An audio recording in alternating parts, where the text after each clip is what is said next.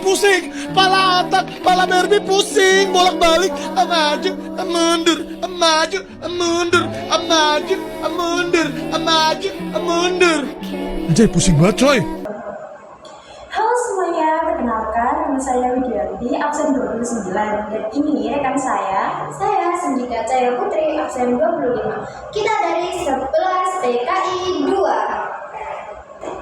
Pada video kali ini, kita akan sedikit menjelaskan tentang pengolahan limbah yang ada di RSMU ini, atau tempat PKM kita sekarang. Sebelumnya, mohon maaf, kita di sini tidak bisa menunjukkan secara langsung tempat pengolahan limbah atau alat pengolahan limbah yang ada di sini dikarenakan ada banyaknya kendala kita. Yang pertama ada pengenalan limbah. Limbah rumah sakit merupakan sisa buangan yang dihasilkan dari kegiatan pelayanan kesehatan. Limbah ini dapat berasal dari berbagai sumber seperti 1.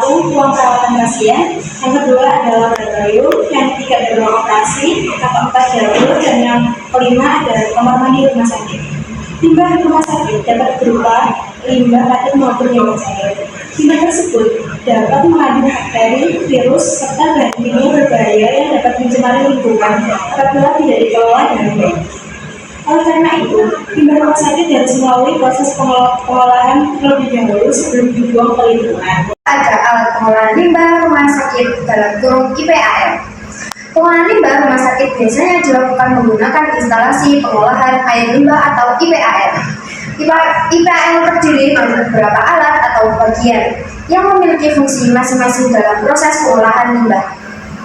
Tahap pertama adalah bak penyaring atau bar screen. Alat ini berfungsi untuk menyaring sampah padat seperti plastik, tisu, kain, dan kotoran lainnya agar tidak masuk ke proses pengolahan berikutnya. Tahap kedua adalah bak penampungan awal. Pada bagian ini, limbah dari berbagai ruangan rumah sakit akan dikumpulkan terlebih dahulu sebelum diproses terlebih lanjut. Selanjutnya, limbah akan masuk ke bak ekuilisasi. Bak ini berfungsi untuk menstabilkan aliran dan konsentrasi limbah agar proses pengolahan dapat berjalan dengan lebih stabil. Setelah itu, limbah akan diproses di bak anaerob. Pada tahap ini, bakteri akan menguraikan zat organik yang terdapat dalam limbah tanpa menggunakan oksigen. Kemudian, limbah akan masuk ke bak aerasi atau bak aerob. Pada tahap ini digunakan alat seperti blower atau aerator yang berfungsi memasukkan oksigen ke dalam limbah sehingga bakteri dapat menguraikan zat pencemar dengan lebih efektif. Selanjutnya, limbah akan menuju ke bak pengendapan atau sedimentasi. Pada tahap ini, lumpur hasil pengolahan akan mengendap di dasar bak, sedangkan air yang lebih jernih berada di bagian atas. Tahap terakhir adalah bak disinfeksi. Pada tahap ini, air limbah akan diberikan bahan disinfektan seperti klorin atau kaporit untuk membunuh mikroorganisme berbahaya sebelum dibuang ke lingkungan. Berikut merupakan contoh foto pengolahan limbah yang ada di rumah sakit ini. Yang ketiga ada metode pengolahan limbah. Selain menggunakan alat IPAL, pengolahan limbah juga dilakukan melalui beberapa metode, yaitu metode fisika, kimia, dan biologi. Metode fisika dilakukan dengan cara memisahkan partikel padat dari limbah cair melalui proses penyaringan dan pengendapan. Metode kimia dilakukan dengan menambahkan bahan kimia tertentu untuk menetralkan zat berbahaya yang terdapat dalam limbah. Contohnya, proses netralisasi limbah asam dan basa.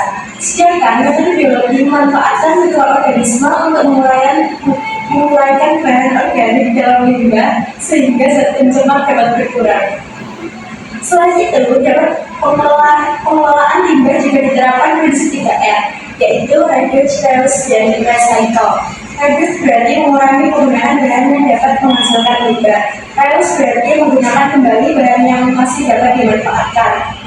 Dan yang terakhir ada recycle, berarti mendaur ulang limbah agar dapat digunakan kembali. Kegiatan PKL yang telah dilakukan dapat disimpulkan bahwa pengolahan limbah rumah sakit sangat penting untuk menjaga kelestarian lingkungan dan kesehatan masyarakat. Dengan adanya proses pengolahan limbah melalui IPAL, limbah yang dihasilkan dapat diolah terlebih dahulu sehingga tidak mencemari lingkungan. Melalui kegiatan PKL ini, kita juga dapat banyak pengetahuan pengetahuan dan pengalaman baru mengenai pengolahan limbah yang baik dan benar.